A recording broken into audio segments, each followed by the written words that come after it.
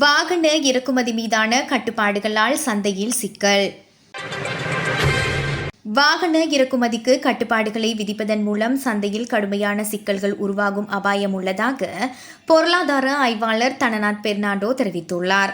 நாட்டின் வாகன தேவை தற்போது ஓரளவிற்கு பூர்த்தியாகியுள்ளதால் கடந்த ஆண்டை விட இம்முறை வாகன இறக்குமதியின் மூலம் கிடைக்கும் வரி வருமானம் வீழ்ச்சியடையும் என்றும் அவர் குறிப்பிட்டார். எதிர்வரும் ஆகஸ்ட் மாதம் 15ஆம் தேதிக்கு பிறகு வாகன இறக்குமதி கொள்கையை நீடிப்பதா இல்லையா என்பது குறித்து அரசாங்கம் எடுக்கவிருக்கும் தீர்மானம் இதில் மிக முக்கியமானது என்று அவர் சுட்டிக்காட்டியுள்ளார். சர்வதேச நாணய நிதியத்துடனான உடன்படிக்கைகளின்படி மேலதிக கூடுதல் கட்டணங்களை விதிக்க முடியாது என்றாலும் அரசாங்கம் இந்த கூடுதல் கட்டணங்களை நீக்கினால் மீண்டும் சந்தையில் ஒருவித அதிர்வு ஏற்பட வாய்ப்புள்ளதாகவும் அவர் மேலும் கூறினார். கடந்த காலங்களில் இருந்த வாகனங்களுக்கான கடும் தேவை தற்போது பெரும்பாலும் பூர்த்தியாகியுள்ளதாலும் இறக்குமதியாளர்கள் தேவையான அளவு வாகனங்களை இறக்குமதி செய்துள்ளதாலும் வாகன பதிவுகள் படிப்படியாக குறைந்து வருகின்றன.